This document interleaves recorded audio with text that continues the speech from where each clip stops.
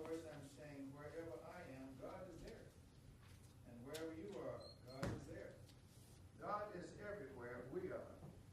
And God is helping us to live the life that we want to live. Yes, And yes. that's the important thing, that we recognize that I am the place where God lives. Yes. And God lives in me. And that is something that's very important for us to know, that God lives in each one of us. Yes. And that is so important, don't you think? Yes, it is. I know that I am the place where God lives. Yes. You are the place where God lives. And if you don't understand that you are the place where God lives, then you really need to take some time to reassess what's going on in your life. Because sometimes we get so carried away with things that we don't realize that God is with us. Yes. We don't know that. We don't recognize it. We don't allow it to happen in our lives. And we have to know that God is wherever we are, and God is in each one of us. And when we recognize that God is in each one of us, then we know that it all works out for our highest good. Amen. During his television debut with Oprah, Eckhart Tolle said something. He said, ask yourself, am I still breathing? And Tolle says in the video, you certainly feel the air flowing from your body and coming into your body. Have you ever done that? No, I should Am do I it still now. breathing? Yes, yes. Because you say, if I'm not breathing, then something can happen. You know, I died and didn't know I died. And that is the thing. Another exercise that Tolle suggests involving using all of your senses through habitual motion. He says when you wash your hands, do you feel the water? Do you smell the soap? Do you become acutely conscious of the sense perception means looking, hearing, and touching? It brings you into the present moment. These exercises, he says, and I'm just quoting him, may take a little effort at first, but the more you bring these moments of presence into your life, the more your old conditioning becomes eroded away, he says. I got it now, Oprah says. I'm just learning to do simple things to bring them into my mind. I don't know about you, but when I read that, I thought, well, you know, I don't call it to my attention when I wash my hands. Right. I don't say, water, I feel you. I don't look at the soap and do that. I know, well, you know, some people do, but I don't. But, you know, after that program, I find myself smelling the soap. I find myself feeling the water. This morning when I took my shower, I started feeling the water. I said, body, do you feel the water? And my body said, yeah, it's feeling pretty good. He said, maybe you ought to do it more often. But I'm finding that when I use my senses in that direction, then I'm finding that things are so exciting. And after I got out of the shower, I was drying off, and I told Rosemary, I said, you know, that was fine. I need to take another one of those right now. She said, no, you're not, because I got to take one. So, you know, things work out when you begin to live in the present, live in the now. And Toller was saying that the thing that most of us miss is we do not live in the now. That we live in the past or we live in the future. Right. But we do not take the time to live in the now. And there are 10 tips I'd like to bring to your attention about living in the present. And I'm not going to try to remember them all because they were written down. I've copied them, to tell you the truth. But the secret to health for both mind and body is not to moan for the past or worry about the future or to anticipate trouble, but to live in the present moment wisely and earnestly. And this person, and it wasn't Toller, it was a guy named Joshua Becker, and he gave 10 things that we should do to help us live in the present. And the one, he says, remove all unneeded possessions. Minimalism forces you to live in the present. Removing items associated with past memories of your life frees us up to stop living in the past and start living in the present. Now, I don't know about you, but there's some things I'm hanging on to. I know I should get rid of. But, you know, Amen.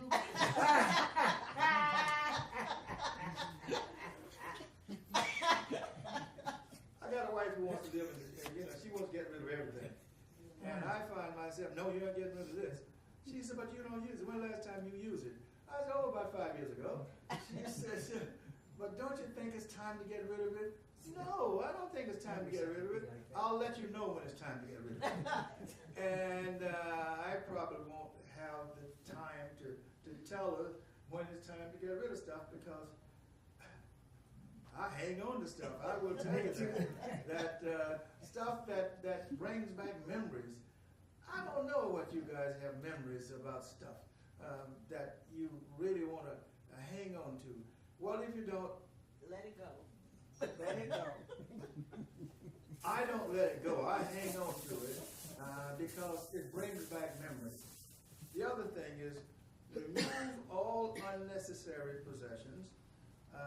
Minimalism forces you to live in the present. Removing items associated with the past to live free start you to living in the present. And I don't know that any of us are so that we get rid of stuff in the past, that we want to not live in the present. Most of us live in the past, or we live in the future. We have stuff that we're going to live in the future about, but most of us continue to live in the past.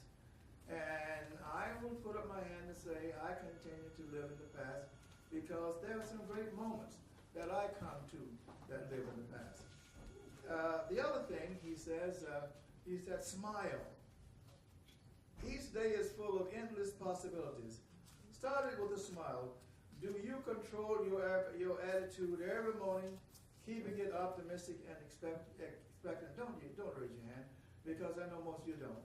And I don't want you to start. I don't want you to start off lying about this thing. Smile. Don't you smile, Oscar? Yeah. Oscar Every smiles. now and then. Oscar, like I am. Every now and then, I start off with a smile. But this person, Becca, said that one of the things that starts us to live in the present is to start off life with a smile.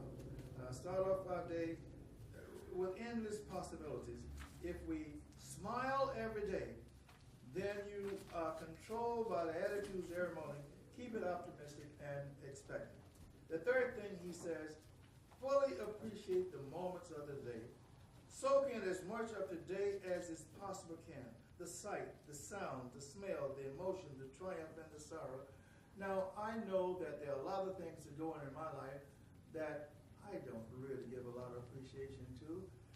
I try to, but I'm not trying hard enough to appreciate things that are going on in my life, that will go on in life, because I find myself many times living in the past, say, well, you know, it wasn't like that yesterday.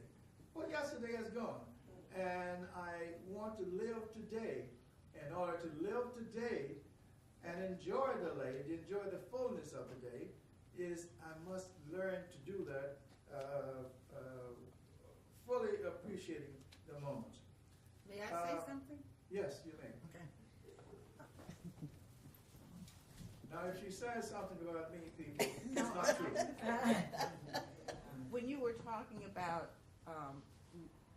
trying to think and be conscious of the present, I thought about the challenges that I have anyway with meditation. Because when one meditates, one's trying to stay in the present moment. And I find my thoughts going to yesterday, the day before. I find my thoughts going to tomorrow, or what I need to do later on today. And then I have to bring myself back to this present moment. So I'm thinking here, I'm really trying to concentrate on the now. And I have this much trouble doing it when I'm really making an effort, what happens the rest of the day when I'm not really trying that hard. Yeah. Well, I understand. When we usually meditate together, and if I finish before she does, I look over at her, and if her hands are up like this, I say the bridge is up. So that means that she is still in meditative zone. So I'm very quiet, and I let her finish. When the bridge comes down, that means that she's finished meditating. But I'm saying that many times when we're going through meditation, do we really clear our minds of the present or the past? Do we try to live tomorrow? Do we try to live the future? Do we try to live those things that we don't have right now? Are those the things that we have in our minds? Are we opening ourselves up to allow the presence of God to speak to us? That's what happened in meditation. We're supposed to open our minds and let things happen. Someone says that Deepak Chopra says, whatever you do, he would say, meditate. Whatever thing he says, meditate. And so he has found the key. And he uses that key. But we have not yet found that key every day in our lives. And I know that Rosemary and I both try to meditate every day. And notice I say, try to meditate every day. Because we find something comes up, and I don't know what it is that seems to come up every morning when we're trying to meditate. We take time and we prepare ourselves and we are still and we're trying to meditate, and then these thoughts come creeping in. And I don't know whether you know. Yes, Fran, you come up and get the mic. Somebody get the mic. Well, I think I can talk now. But you know that happens to all of us, and the thing is, and no matter how long you or how long you've been doing meditation, somehow you have to find your way of bringing it back to center. Right. And what I do, but I think I read somewhere where you don't resist it, because those are those thoughts that are just trying to come up to get you distracted. Right. So if you recognize that's what it is, bless it, let it go, and try to recenter yourself. And what works for me most of the time is I move back to either a candle or a tree that works for me. So you got to find out what works for you and move back to it very peaceably and not fight those thoughts. That's the key. I read that somewhere. I know that each one of us has a way of going back to once we get distracted.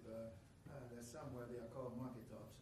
But we know that each one of us go through this period where we have these monkey thoughts that take us away from these moments of meditation. Then it says, fully appreciate the moments, soak in as much of the day as you possibly can. The sight, the sound, the smell, the emotion, the triumph, and the sorrow. Do you go through that when you're living every day? Do you soak in as much of the day that you can? Living in the present, living in the now, that's Tola talked about. Do you allow yourself to appreciate what's going on in your life at the time? And I must confess that there are times when I stop and say, oh, wait a minute. There are some things that I could appreciate at this time. Wait a minute. There are some things that I should do, but I don't always do that. I find myself going off on a tangent.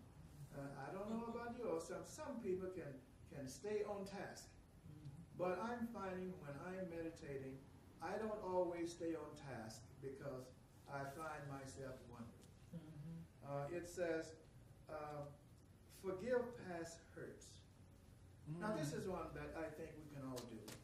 It says, if you're harboring resentment towards another human being because of past hurts, choose to forgive and move on. The harm was their fault, but allowing it to impact your mood today is yours. Now, Jesus talks about when you have done that, and you're at the altar, what did he say? Leave the gift at the altar. And then go and make friends with that person that quote has hurt you. and allow yourself to become reconciled to that. Before you can do anything else, then you've got to learn to forgive and to forget. Now, many of us carry hurts a long time. Many of us will go around carrying those hurts and saying that we have forgiven, and we know well that we have not forgiven, and we are carrying these hurts around. And let's try to do that. He said the fifth thing is to love your job. Yes. I'm thinking that Yes. Yes. that That's sometimes important. that is asking quite a thing, to love your job. If you just survive the work week constantly waiting for the next weekend to get there, you're wasting 71% of your life, 5 out of 7 days. There are 2 solutions. Find a new job. Right. That's If right. that actually is what you can't do. Or go find something that you appreciate above the current career and focus on that rather than the negatives. Now, I know that all of us at some times don't appreciate our jobs. Yes. Now, I know that when I was at the peak of my career, there were some days when I just,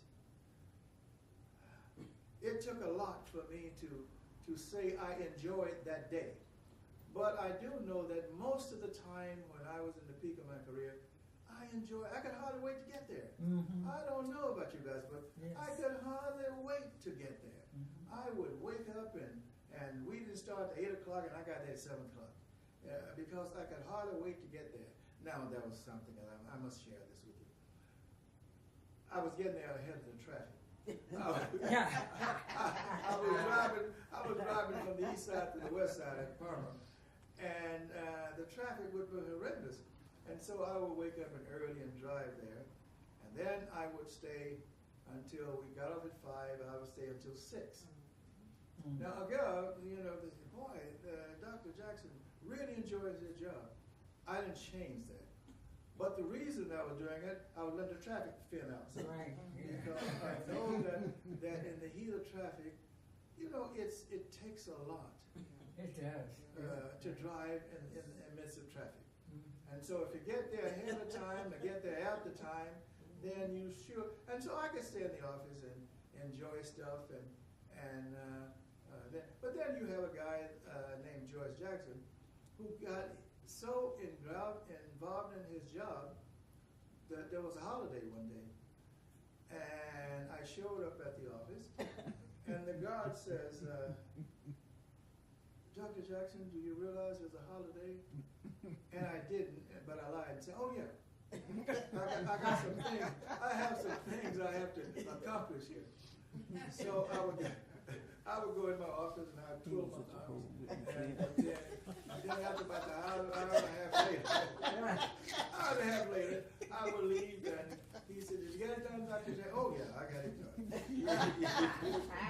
Because I'm too embarrassed to say, I didn't realize it was a holiday. I don't know. I loved my job. I loved what I was doing. I was a research chemist. And you get involved in what you're doing that you don't always know when the time is there or when you have a holiday. And there are some people who know when these holidays come. So they're out of there. And they're enjoying it with their family. But I got to tell you that I didn't always know when the holidays came. And I like to talk about that time. I don't like to talk about it. But I talked about the time when I went, and when the guard says, Dr. Jackson, do you realize the holiday? And I said, oh yeah, I know. And I went into my office, and I sat there. I didn't have anything to do. So I sat there, and I read books, and I twiddled my thumbs, and that's when you enjoy the work you're doing. When you enjoy the work you're doing, you're not working on a 5-day, 40 hours a week thing. You're working on a whole bunch of hours and a whole bunch of days. And that's what you're doing when you enjoy the day. Yes, Tony? Just because you know when the holiday is doesn't mean you don't enjoy your job. I mean, so for me, I like my job, but I know when the holidays come to Dr. Jackson, and I know. I need to get going. Thanks a lot, Tony. showed him where the door was. But I have worked on this over the years because, you know, there were times when I would be, you know, I'd be working late and doing all these different things, you know, like you just said. Now I gotta get caught up, but I don't have to get caught up. So I'm at a point where, you know, I push it over. Okay. Just whatever I can't get done today. Well, whatever floats your boat. That's right. That's what But I I say. do know when the holidays. You don't have to pretend that. I was too embarrassed to let God know that I know it's a holiday. And so I said, yeah, I got some photo work I got to do. And he said, okay. And he said, I'll check in on you. And I would go sit in my office and I would read and I would go and I'd get out and I would leave and he said, are you leaving? Yeah, I got it done. But that was a piece of work I need to get done. And I'm thinking to myself, how come I didn't know it was a holiday? How come I didn't know that? It's because I didn't, I tell you what, this is something that I admit at this time. I used to be a Jehovah's Witness. Jehovah's Witnesses don't celebrate holidays. Right. And so when you come up in that thing, one day is not greater than the other. And so you don't think about holidays. And so now that I've confessed, I feel better about this whole thing. I knew why. Any old excuse. I knew who I was. I knew that I just didn't think about holidays at that time. I was not a Jehovah's Witness, but I had been brought up in that kind of teaching. And so holidays didn't mean anything to me. And every day was just like every other day. And that's the way it was. And you'll find that with Jehovah's Witnesses that they say that the Bible says that, at least Jehovah's Witnesses say that no day is esteemed greater than the other day. And so that's the kind of teaching that I had spent some time in. But believe it or not, I do know when a holiday comes now. That I'm out there celebrating holiday and also telling Rosemary that be sure to get the ribs now. It's all done. But may I say something? Yes. I understand what Toll is saying about to love your job. Yes. Yes. Because the job does not influence just 8 hours of your day. It influences all of your day. Yes, absolutely. And I was in a job at one time that I did not enjoy. You did not like it. I did not enjoy. But the money was good, the benefits were great, and I, at that time, did not have the courage to move to something else. Yes. Okay? But thank God I allowed Spirit to work through me, and I got laid off. Because I wasn't going to quit. I wasn't going to quit. Even though it was painful as heck, I wasn't going to quit because, like I said, the money was good, and I didn't know what else I was going to do. Okay?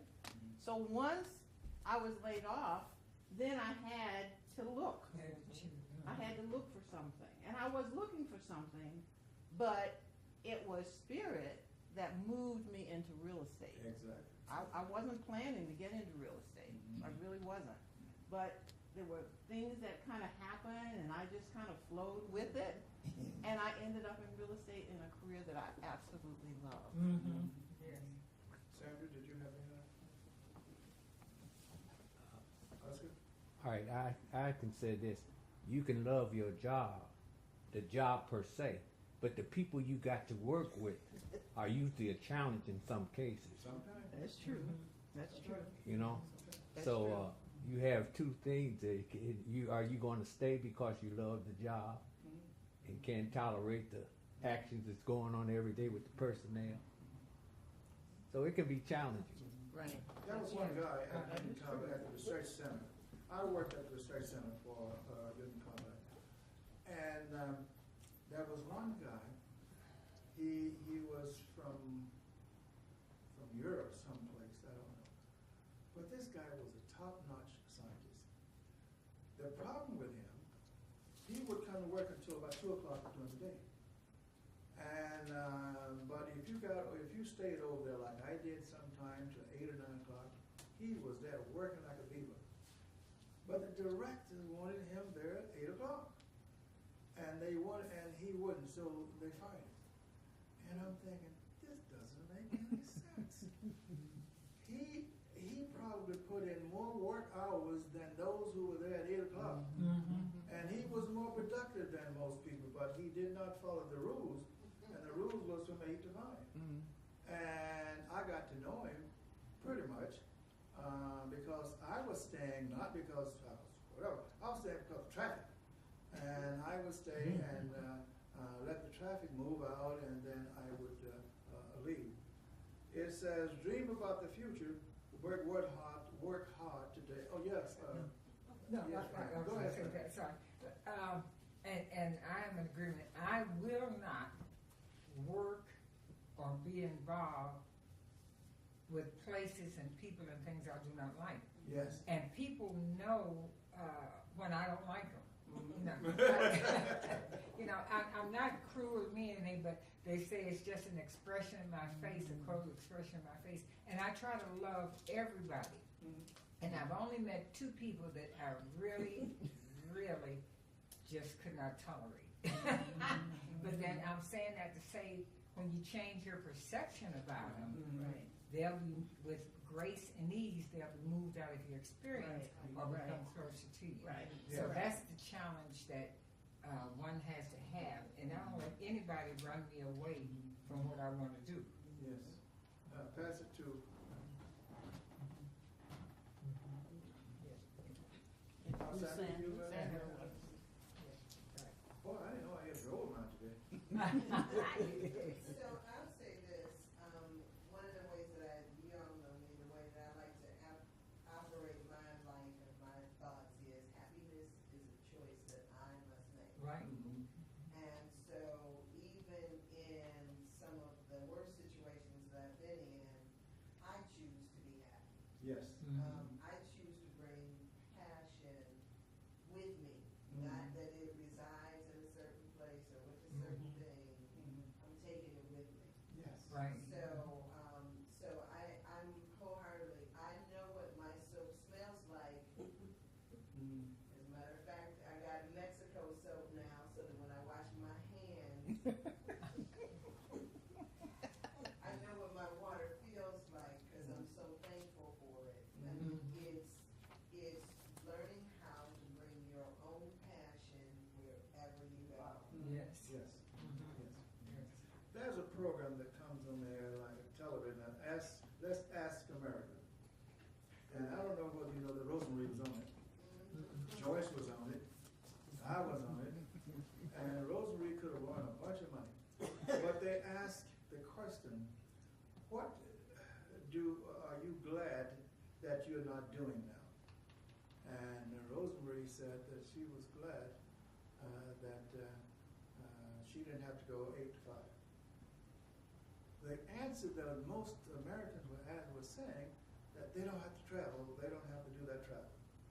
And I was sitting there thinking, yeah, it's good to stay there, but traveling is something that most people don't like to do. When they retire, the thing that makes them most happy, is they don't have to do that 8 to 5. They don't have to get into that traffic every day and go through all of that stuff. And that's why when I worked doing research for all those years, I would get there at 7 o'clock because I was beating the traffic. And I would stay until 6 so I could beat the traffic. And I'm thinking that most of us can do that if we understand that we love what we're doing, and so it's not something that's affecting us if we stay longer, if we work longer hours. It's not bother that. It says, don't dwell on the past accomplishments. If you're still talking about what you did yesterday, you haven't done much today. Okay. Are you still talking about it? Yep. Okay. Okay. You know, I can talk about it, you know. Now that I'm retired, I can talk about the things that I did and did not do, but it's because you still haven't done much today. Stop worrying is his 8th thing. You can't fully appreciate today if you're worrying too much about tomorrow. Right. Do we find ourselves worried about tomorrow? Mm-hmm. Do we find ourselves concerned about what tomorrow is going to bring? And there's a play that Rosemary and Joyce all signed up for. We'd like to go to the theater, and Annie is coming. And you know, there's a song, "The sun will come out tomorrow." Yes, you know, and we're going so that we can hear that sun come up tomorrow. Me, with Annie, nothing bothered her because it was always that the sun's going to come up tomorrow. And when we recognize the sun is going to come up tomorrow, then it all works out for our highest good. Think beyond old solution to the problem. Our world is changing so fast that most of yesterday's solutions are no longer the right answers for today. And, Yes, that is so Yeah, true. and most of us are still hung up on what happened years ago. And we got to get past that. Someone asked Obama if he had a bucket list. And he said, "I have a list that sounds like a bucket list." It rhymes with bucket. It rhymes. That rhymes with bucket.